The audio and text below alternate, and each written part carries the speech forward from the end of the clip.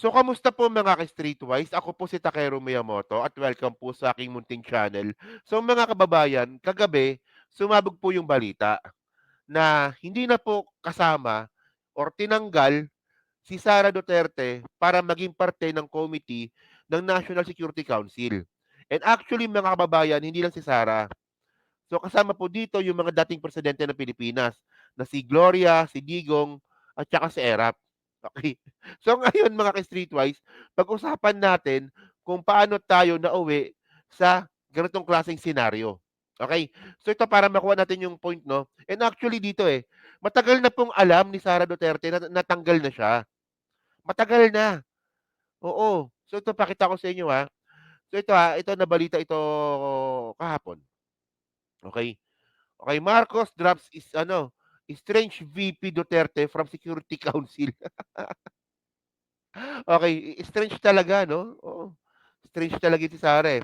So sabi dito, okay, Vice President Sara Duterte will no longer sit on the National Security Council after President Ferdinand Marcos Jr. signed an order removing her from office the agency. Okay, following a bitter split between the two former allies last year. Okay. So, ito continue pa natin. Actually kasi mga kababayan, no, yung NSC na yan, yung National Security Council na yan, ito po yung dating hawak ni Clarita Carlos.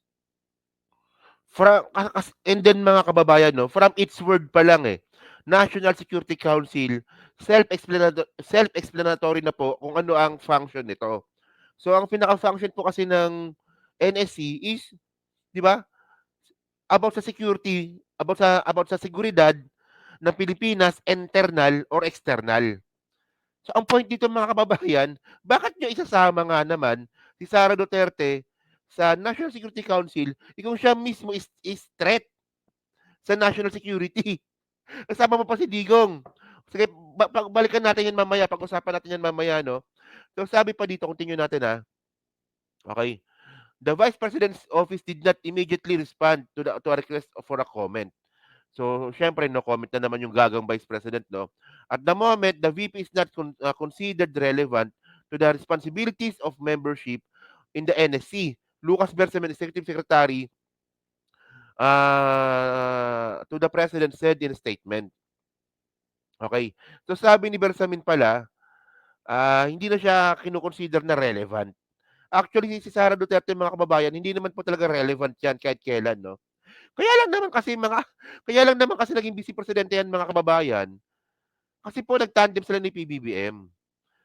'Di ba? Sana nga nilabanan mo na lang yung si Marcos eh. Hindi nga. Yung sinasabi ni Sara Duterte na dapat siya yung presidente ng Pilipinas, ba't hindi mo nilabanan? Gaga ka pala eh. Actually, ito yung pinakabobong statement na narinig ko kay Sara. Ang dami niyang bobong statement, pero ang pinakabobong statement na narinig ko, nung sinabi niya na dapat siya ang presidente ng Pilipinas. Oh, yun naman pala, ba't hindi ka lumaban? Ba't hindi ka tumakbo?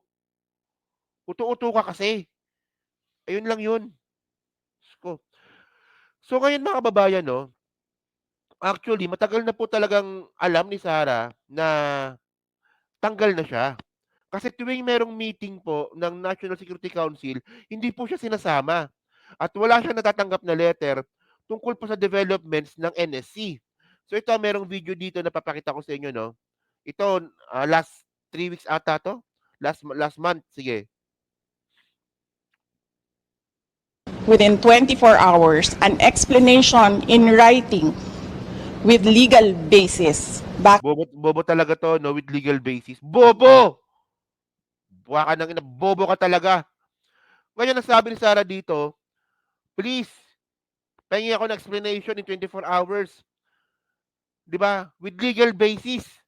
So, anong hinihingi niyang legal basis? Sige, tingnan nyo. Please submit within 24 hours an explanation in writing with legal basis. Diyan ako nabobobohan talaga with legal basis Kasi mga kababayan, hindi na po kailangan ng legal basis dito kasi Bakit hindi na member ang Vice President sa National Security Council, or bakit hindi ako nakakatanggap ng invitation ng meeting? actually mga kababayan, sabi ko sa inyo bobo to Hindi na po kailangan ng legal basis kung bakit hindi ka na sinasama. Napaka-basic nun. Oh, ang basihan doon, wala nang tiwala sa'yo ang presidente. Bobo ka talaga. Pagbantaan mo ba naman yung buhay ng presidente? Hihingi ka ng legal basis? Bobo, no? Mga kababayan, wala na pong pag-asa sa kabobohan ng vice presidente natin. Kasi ba, sabi niya kanina, please, in 24 hours, pahingi ako ng explanation with legal basis. Mga kababayan, yung wala nang tiwala sa iyo ang presidente, legal basis na po iyon. So, yung kinoconsider ka na hindi ka na parte ng National Security Council at isa ka ng national threat, di ba? Hindi na kailangan ng legal basis doon. Yung wala nang tiwala sa iyo yung presidente, hindi na kailangan ng legal basis doon, tanga. Pagbantaan mo ba naman yung presidente na papatayin mo, hingi ka ng legal basis? Ay, bobo talaga nito, no? Tanga-tanga mo talaga, sa totoo lang. Ay, Diyos ko. O sige, na medyo na ano. So ngayon mga kababayan, so balikan natin 'to 'no. So wait, ito 'yan. Okay, so ito yung ano, ito yung memo. EO, okay. Ito yung EO number 81. Okay? Reorganizing the National Security Council. So dito nakalagay dito yung history, blah blah blah, et cetera, et cetera. So ngayon ang nakalagay dito sa pangalawang page, ito. So dito na binago ni PBBM yung mga member ng NSC. So Section 1, reorganization of the National Security Council. The NSC is hereby reorganized and shall now be composed by the following. Okay? So syempre, Presidente, Senate President. So wala na po si Sara. Actually, mga kababayan, naging polite pa kasi Presidente dito eh. Sorry. Hindi ko pala nailipat. Ito. Ito pala. Yan. So ulitin natin. So ito yung ano, ito yung EO number 81. Reorganizing the National Security Council. Okay? So dito mga kababayan sa page number 2, actually mga kababayan, dito pa lang sa EO, andito na po yung legal basis na hinahanap ni Sara. Ayan no? Whereas Section 17 of the Constitution vests in the President the power of control over all the executive departments, bureaus, and offices, and the mandate to ensure the faithful execution of laws. Bobo ka talaga, Sara. Kung talagang abogado ka, alam mo na merong legal basis, 'di ba? Yung presidente para tanggalin ka. Ayan na nga oh. Section 17 ng Constitution ata ito, no? Bobo ka, hindi mo alam yung Constitution? Tanga ka? Abogada ka, tanga ka? Oh. So sabi pa dito, oh. Dito sabi ko eh. Sa pangalawang page, reorganizing of the NSC. The NSC is hereby reorganized and shall now be composed the following. Actually, tulad ng sinabi ko kanina na naputol lang ako, naging polite pa kasi PBBM dito. Actually, kung makikita natin dito sa EO, hindi naman po diniretso na tinanggal si Sara. Hindi lang po siya sinama. Actually, ayun ang isang polite way para sabihin na hindi ka nakasali, na tinanggal ka. Kasi dito eh, oh. O, President. Ito na yung mga member ng NSC ha. So, yung Presidente, yung Senate President, si HOR, Speaker, Senate Pro Tempore, si Jinggoy. O, 3 Deputy Speaker to be assigned by the Speaker. So, hindi ko alam kung sino yan. So, Majority Floor Leader, si Tolentino ba yon? Di ba? Tapos, sino pa ba nandito? Meron dito ito, Chairperson, Committee on Public Order and Dangerous Drugs. So, kasama si Bato. Si Bato kasama. Tapos, Chairperson ng Senate of Foreign Relations. So, kasama rin si Amy. Whatsoever, no? So, ito yung mga bagong miyembro ngayon ng NSC. So, hindi tinanggal si Sara, hindi lang siya sinama. Okay. So, ngayon, actually, halos parehas lang naman yun, di ba? So, ngayon, mga kababayan, ito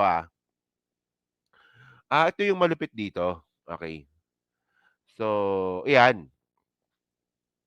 Alam niyo mga ka-streetwise, 'no? Si Duterte dapat po matagal na pong tinanggal sa NSC 'yan. Kasi alam naman po natin na ito, tingnan niyo 'to, Duterte calls for military action but sidesteps and co-op talk. Oh, si Duterte mga kababayan, si Digong admitted na kinakausap niya po yung military. Napakawala yang tao na matandang hukluban na 'yan. Ayan, oh, kinakausap niya po talaga yung military, pero hindi daw po siya nagpo-provoke ng kudeta. Sinong tangang maniniwala do'n? Sinong engot ang maniniwala do'n? Ba't mo kinakausap yung military kung ayaw mo ng kudeta? So yun mga kababayan, malinaw na si Duterte po is parte po ng isang national threat. So oo nga naman, napaka no-brainer naman nun na bakit ka pa kasama sa NSC kung isa ka sa national threat? Di ba you get the point, no? And then mga ka-streetwise,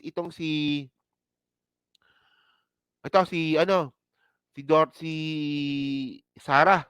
Oh, DOJ's eyes conspiracy sedition over graver charges versus VP Duterte hires killers. Oh, alam niyo nakakatawa kanina si Sarah, 'di ba? Sabi ni Sarah, "Pahingi ako ng explanation in 24 hours kung bakit hindi na po ako kasama sa NSC. Ba't wala na ako natatanggap na letter? Pagbantaan mo ba naman yung presidente? Gusto mo kasali ka pa rin?" Parang ang tanga-tanga niyo naman, 'no? Kaya nga National Security Council. Oh, yun pa lang National Security Council tapos pagbantaan mo na papatayin mo yung presidente, gusto mo kasali ka?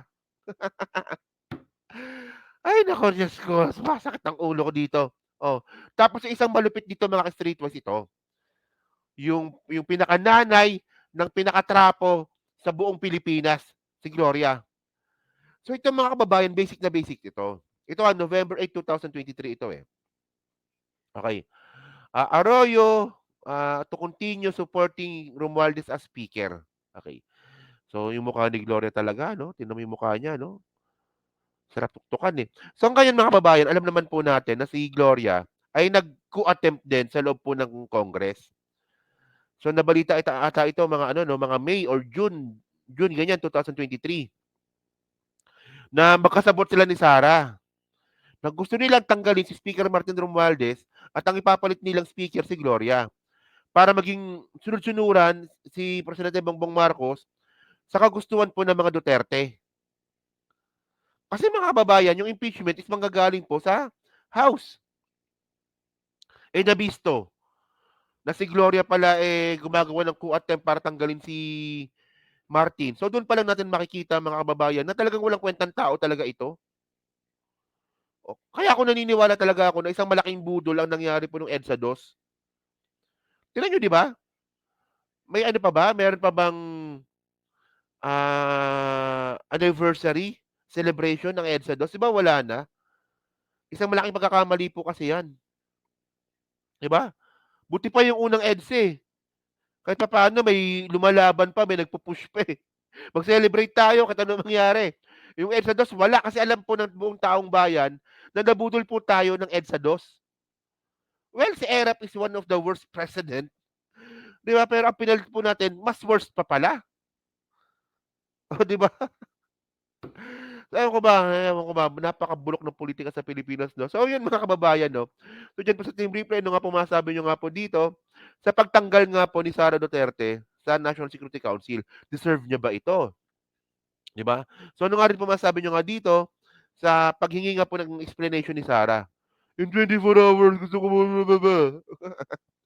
So yan, so pa-comment lang po sa baba at binabasa ko pong lahat yan. Nandiyan po sa Team Replay. Siyempre, pa-like, pa-subscribe at kung di naman kalabisan, pa-share na rin po ng video po na to. So kung sa muli po, kita na lang ulit tayo sa susunod nating content. So thank you, salamat, and bye-bye!